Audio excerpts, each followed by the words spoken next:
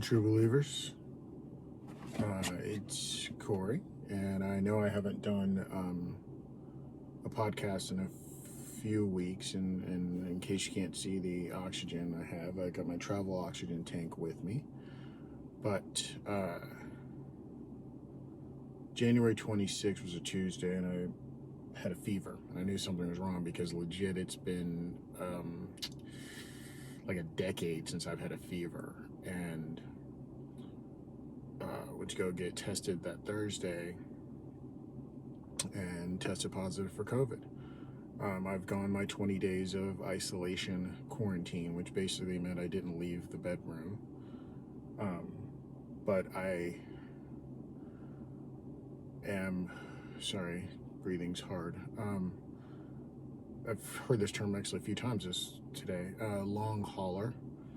So I have COVID, pneumonia, which I had never heard of, sepsis, and acute hypoxemic, respiratory failure. So basically, I don't have enough oxygen in my red blood cells to survive. So I need the oxygen tank. I am at 4 liters now. When this started, I was at 2 liters. 5 becomes I have to go to the hospital because they don't make home tanks for 5.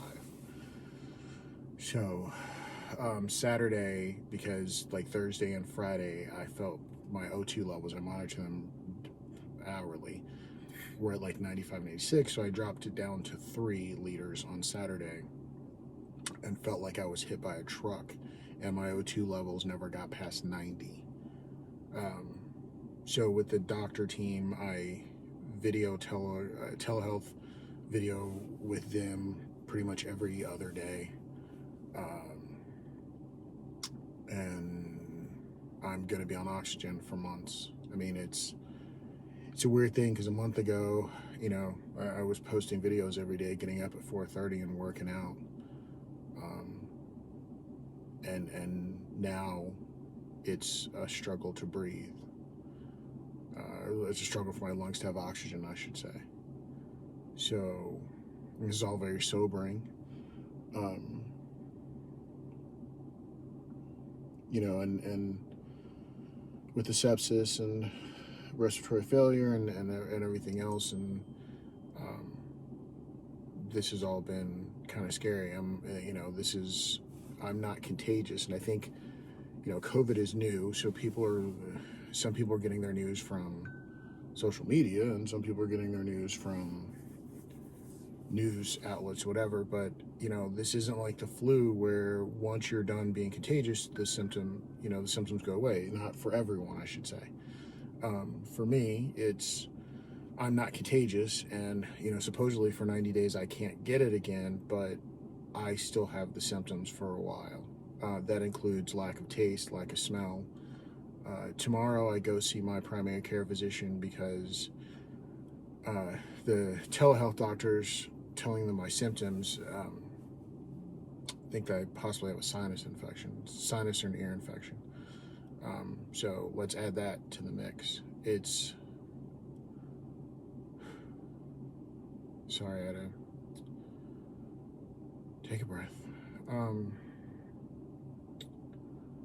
This is all very hard. We moved during the time, and I couldn't help, and I have a great amount of guilt because I feel like I let my family down. I couldn't help at all. And my wife and I are a wonderful team, and she's the brains, and I've always said I'm the hired muscle. And so when it comes to us moving, she knows where everything goes, and I'm just point me the direction of the boxes and I'll move them. And I couldn't help with that at all. And I barely remember it, to be honest with you, because that was still when I was getting 103 fever.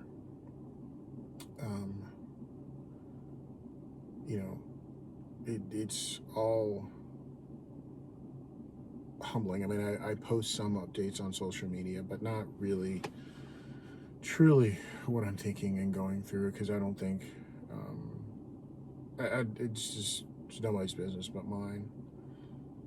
So I get that some people read what I say on social media and they think they know exactly what I'm dealing with and what I'm going through, but that's really just not the case. It's all humbling. It's all heartbreaking. And it all forces anyone going through severity like this, because again, I'm still listed as severe COVID. Anyone that goes through this, you call into play and call into question your mortality, for lack of a better term, because, you know, I take a shower and I shave my head, so my shower's a little bit longer, and I get out and it's trouble getting a breath, and I check my O2 levels and they're in like the mid 80s or low 80s actually. The other day I had my first telehealth appointment with my therapist since contracting COVID. All I did was sit down for an hour and talk, and that was the longest conversation I've had, amount of talking I've done since contracting COVID, and I was beat for the rest of the day. And I mean, like, I compared it to, my lungs felt like I had just run a marathon. I've run 5 full marathons. That's what my lungs felt like. And I was beat from sitting and talking for an hour. And I don't think anyone understands that. And I know that, you know, COVID is different for everyone, and I sure as hell do not wish this on a single person at all. You know, and on the flip side of that is, there's no one I can really talk to about what I'm going through, my experience of COVID, because I don't know anyone that's going through this. I was actually contacted by our local paper, the Courier Journal. They're doing an interview with me Wednesday and sending out a photographer to the house to get some pictures of me to discuss long haulers and COVID and runners, and so that's pretty cool. But I am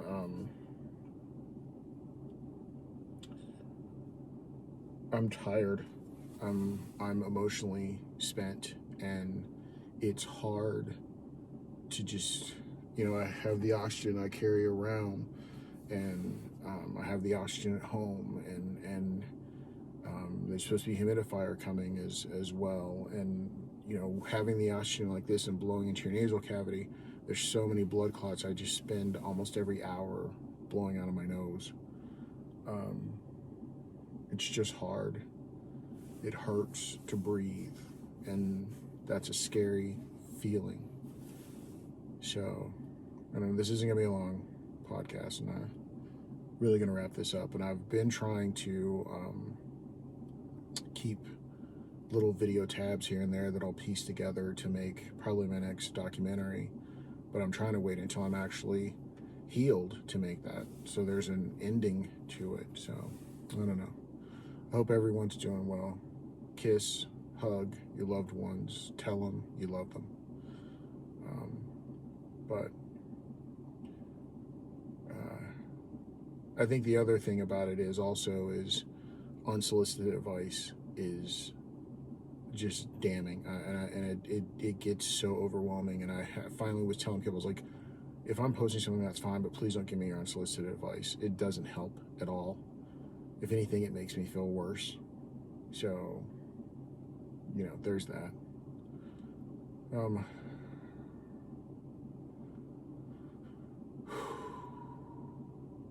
Okay, that's enough. I'm already getting exhausted. So, hope you guys are doing well. Stay blessed, guys. One love.